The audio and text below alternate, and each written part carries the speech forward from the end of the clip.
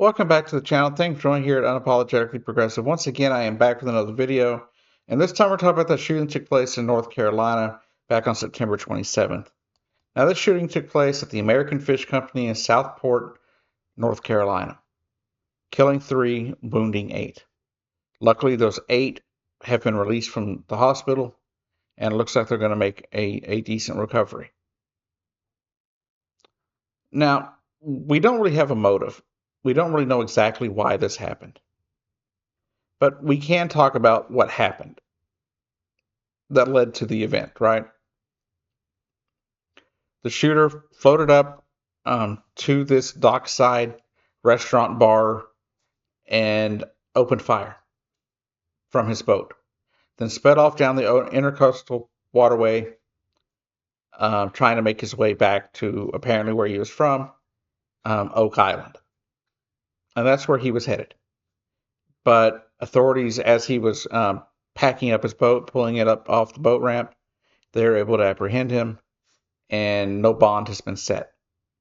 Now, as usual, I will not speak this guy's name. I don't believe in doing that. I don't believe we should be plastering these monsters' names all over the internet for people to see. We shouldn't be giving them their 15 minutes, at least in most cases, right? So I'm not going to this time. But the thing is, that's what happened. He floated up, opened fire with an AR-15 style weapon, according to law enforcement, and killed 3 people, traumatizing God knows how many others, and wounding those 8 people who are going to have to live with the fact that they have to deal with whatever repercussions there are from those wounds. Now, none of this makes any sense to me. I don't know why this would happen, right? I don't understand people. I don't understand why they would choose violence like this. Now, we may not have a motive.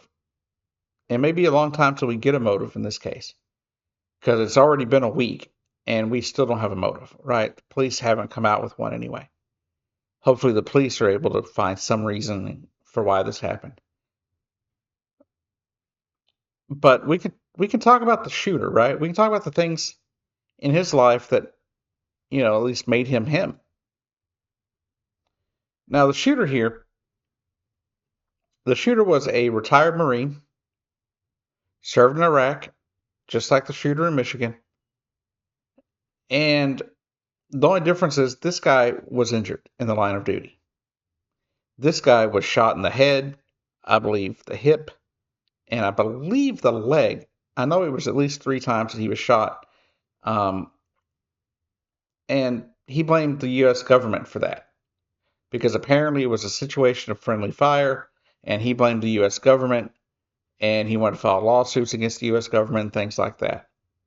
We also know he filed a number of frivolous lawsuits against the city and the police in his area.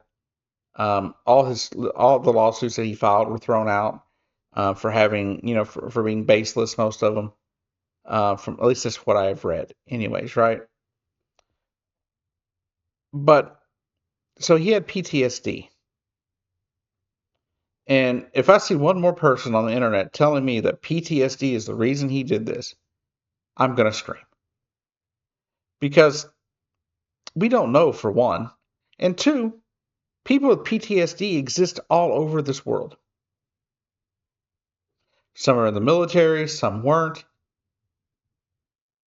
But most of them don't go around killing people.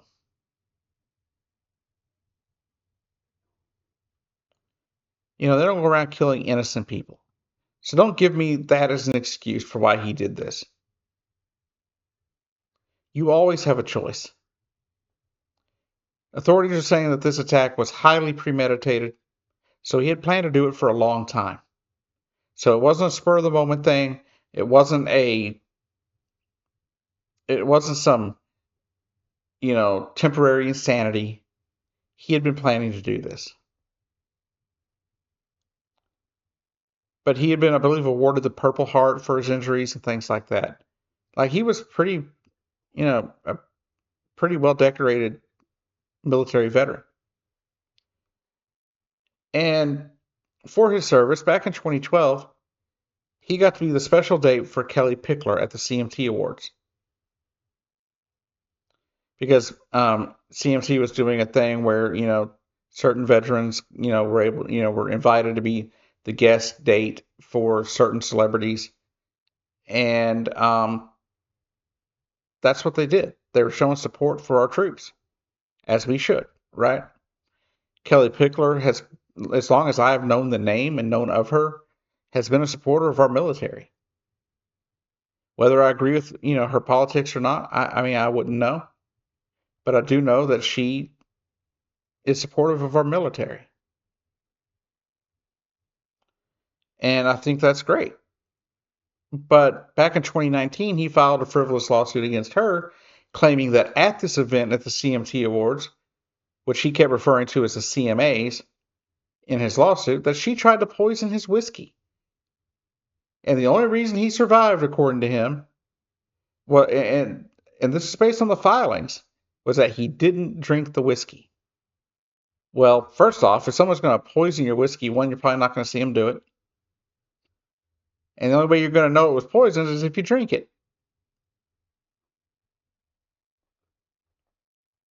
Right? So this lawsuit was thrown out because there was a lot of errors in the brief. There were a lot of problems with what he had written because he didn't have, a lawyer doing this. He was filing these lawsuits himself. He also had filed some lawsuits against the local police there, at least one of the police departments there and stuff like that. He was known to law enforcement, but law enforcement didn't see him as a violent threat because he'd never done anything remotely violent. Um, so what caused this? That's a good question, right? Why would a Marine wake up, make a plan, and murder people? Especially people just having a good time. What I remember after 9/11 is everybody saying that people were attacking us because of our way of life, our freedoms.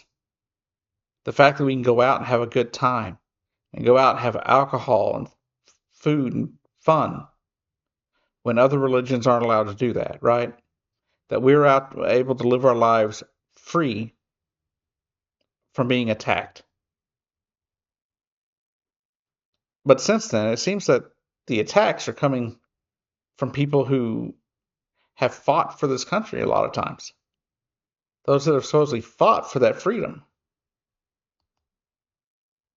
Now, I don't think we'll ever know the true reason, 100% why this happened. I don't know if law enforcement will ever find it. I don't know if they'll report it if they do. But there has to be an explanation. There has to be a reason other than he was mentally ill. Because there are too many people with PTSD and other mental illnesses that do not go around harming others.